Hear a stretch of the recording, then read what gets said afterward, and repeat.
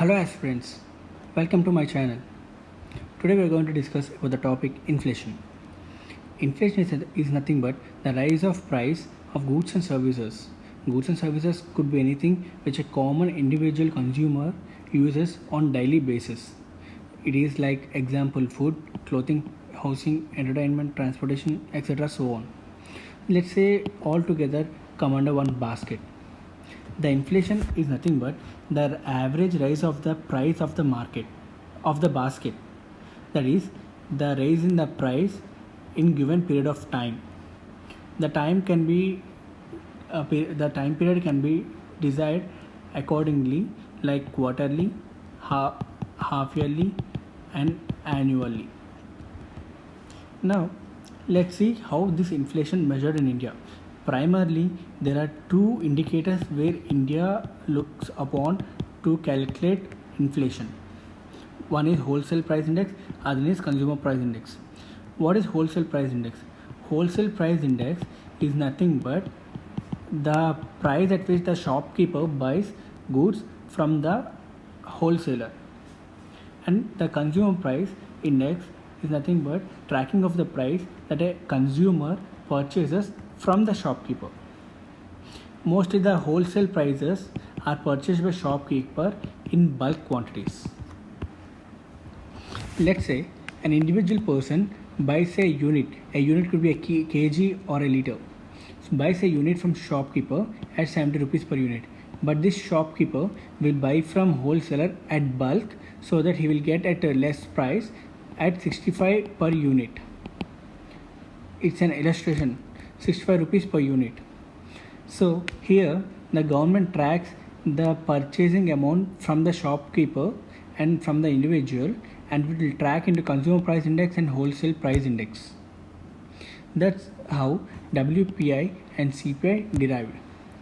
Whereas WPI is calculated by Office of Economic Officer, Advisor, under the Ministry of Commerce and Industry. Let's see what is the basic principle of inflation. It's nothing but purchasing power. Purchasing power means the capacity of an average consumer who can afford for the goods and services which they need on the daily basis. This purchasing power is inversely proportional to inflation. That is, as inflation rises, purchasing power falls. Let's say an example. You can buy 2 chocolates at 10 rupees, that is 5 rupees per chocolate. An year later, due to inflation, let's say 10%. It is 10%, so the price of the chocolate has been raised 5.5 rupees per chocolate. If it is raised to 5.5 rupees per chocolate, the person who can afford only 10 rupees can now purchase only one chocolate instead of 2 chocolates that he used to purchase previous year, and the other 4.5 is insufficient to purchase the second chocolate. But you see here, little inflation isn't a threat in above case. Inflation always motivates the production. This production can help in development. That's how. Let's discuss. Look at this. An organization or industry always try to develop or expand. So for them to develop and expand, the profit margin is important. Profit margin is important. For this profit margin, they need to produce more goods and should sell it at a price that they have sustainable profit to bear the costs for their expand. The costs can be used for the manpower, for the machinery, and for more space. So purchasing of machinery will automatically help the other industry, and manpower will help to reduce the unemployment, and more space, that means they are going to purchase a new place or land or take it for a lease, and that's how infrastructure could be developed, and healthy industrial infrastructure. So what is the advantage? I have said that employment, and also as employment increases, as machinery cost should be bought and lease agreement or else purchase when the registration amount, the machinery taxes, and the employees who pay tax to the company, to the government. All of this revenue will go into government's kitty in the form of taxes. Okay, how these particular industries bear increasing cost? That's what I said. They sell products at inflated price. That means if they are sufficient with 1 year profit, the second year profit will always be targeted more than previous year. That means they need to look at this in such a way that year on year basis their profit margin should expand. That's how the industries try to develop, and development of industries and their expansion can help healthy economy and government revenue. So what is this inflation at high? What if it happens? Let's see. The purchasing power falls. As I said the purchasing power is inversely proportional to inflation. So power falls. That means the people will limit purchasing by saving their money. In this way, savings will be increased, but industries will be at loss. And if industries are at loss, again it will result in the negative side of the development. When purchasing power falls, remember, demand and supply, they have to, as demand is less, they have to supply less, or else they have to reduce their price. In both cases they are getting losses. Now, as on May 2021, the current inflation data at wholesale price is 10.49%. It's just a current affair fact which changes every 3 months when the official WPI data comes out. In this WPI data, it exclusively excludes education, healthcare sector, rents, toll services, and other few services. Why do they exclude this? Because education is not a service, it is directly consumed by the consumer. In between, there is no wholesaler. In the same way, in healthcare sector, hospitals provide treatment directly to the patients and they don't have any wholesaler. Whereas in case of pharmaceuticals, wholesaler exists, and rents is between owner and tenant. So these are the few examples where wholesale price is excluded. That means the wholesale price index excludes these services and other few services where the wholesaler is absent, and basing on which this WPI sometimes fail to locate what is the reality that an individual is facing. Further, they calculate CPI, that is Consumer Price Index. In this, all the services as consumer pays them directly will be included, and this one is calculated by RBI. Note, wholesaler price index but not the price at which individual buys. That's why RBI measures inflation using CPI as indicator. Let's dig deep into the inflation. There are 3 types of inflations, that is headline inflation, volatile inflation, core inflation.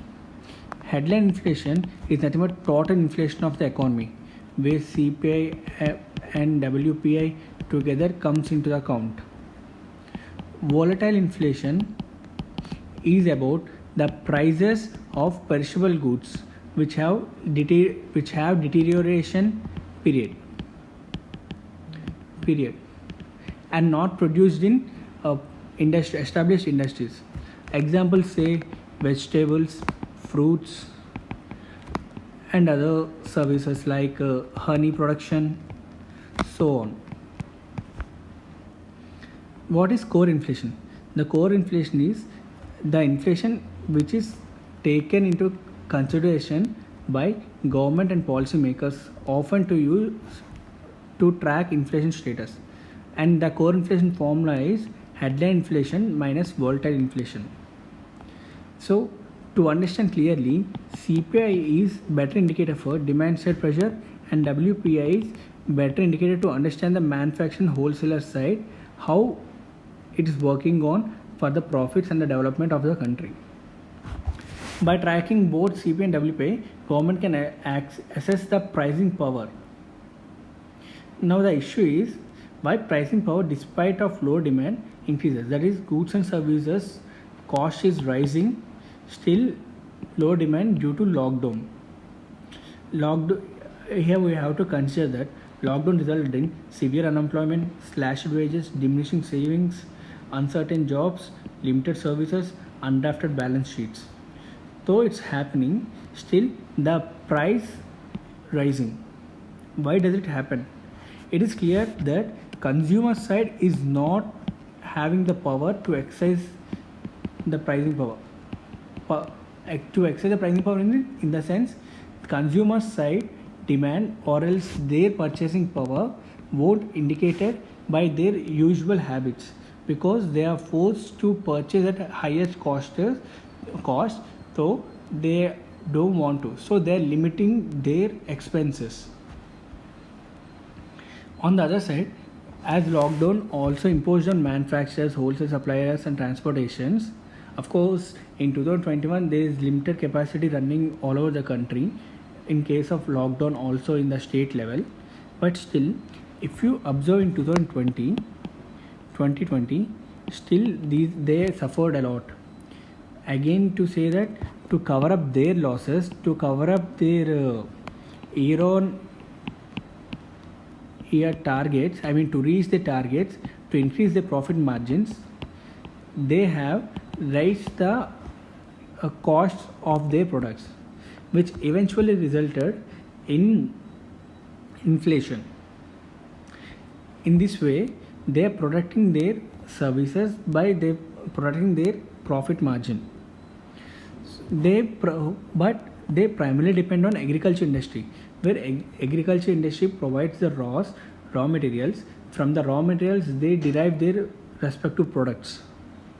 So the wholesaler and manufacturer increase prices to meet them profit margin year on year.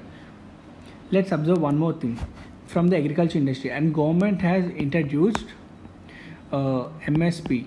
Every year this MSP has been reviewed, and the cost minimum support price, that is and buyer from the farmers should buy, will be decided by the government.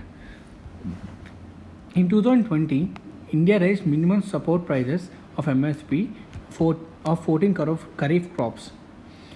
In 2020, due to rains, the harvest was satisfactory. And also, before the pandemic itself, in October 2019, government increased MSP on rabi crops. So from this, they need to meet their raw material cost. So, and at the same time, they have to increase their profit margin. Eventually, they are focusing much on how to make the profit by increasing the value of the product. Even after unlock, which is initiated into 2020 June, July, the supply side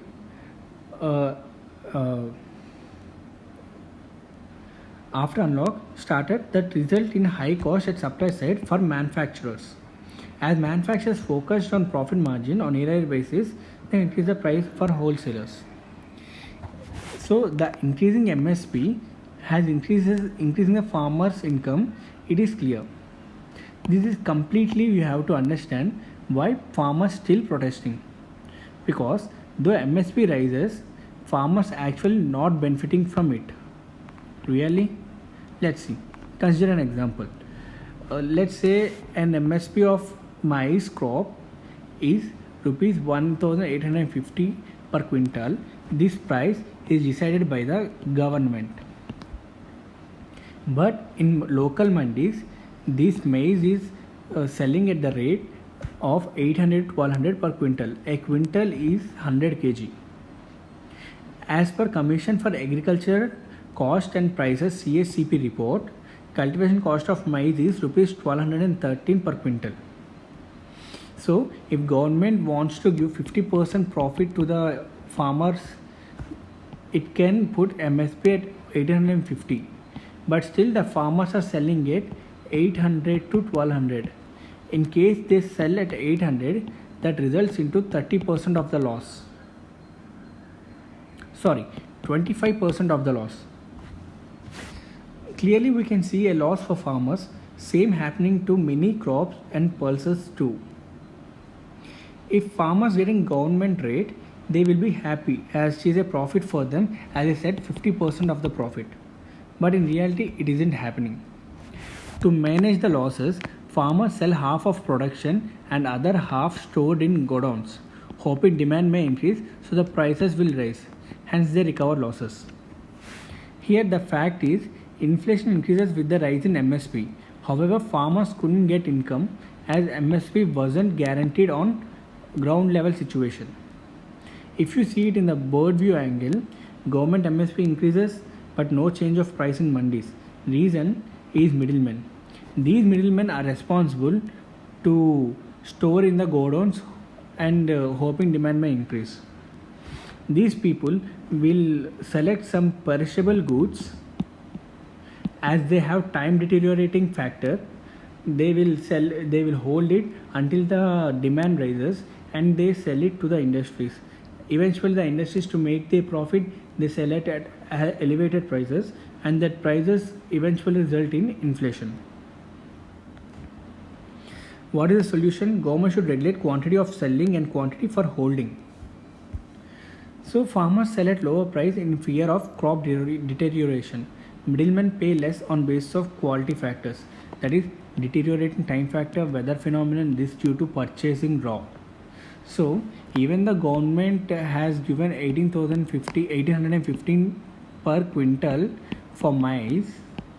These middlemen will get it at 800 to 1200 per quintal, which is clearly evident that profit is very limited for the farmers, as we have seen in the previous slide. But in the exact same position, middleman makes 200% profit margins. So government relies to increase in MSP is not the solution to increase the farmers' income. Hence, introduce new farm bills expected to create open market and interstate agriculture trade. But they have given freedom of choice for farmers. New legislation allows farmers to sell directly to any buyer by restricting to sell at local mandis. This will have other domino effect. This domino effect will be explained while I am making the video of formulas and their criticism and significance. But here the whole point to understand this concept is little inflation is good for economy. Anything too much bring risk to the national wealth. So in inflation you can consider many aspects, and it will be influenced by many aspects. So you don't know how it influenced. For example, let's say the fuel price is inflated because of lockdown in several countries. This price is elevated. Sorry, I have given a wrong example. Let me correct it. The fuel price actually decreased, but at the same time Indian government has raised its taxes on fuel. So the normal individual didn't get to know that there is a change in price. After unlock, while the world is opening, then the fuel prices, as the consumption increases, prices have been increased. Though this pricing increased due to percentage increase in government taxes, now the fuel prices are rocketing. At this point, transportation of goods will be costed.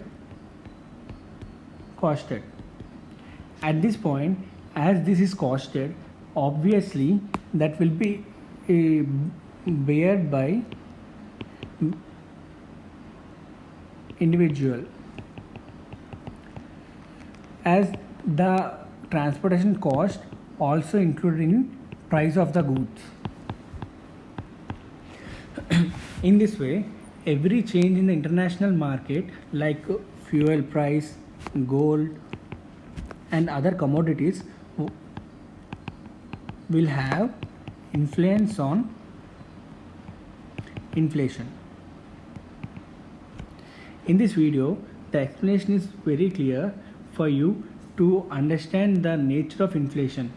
In case of a question in GS paper 3 or in any state PSC, I hope it will help you people to work it out.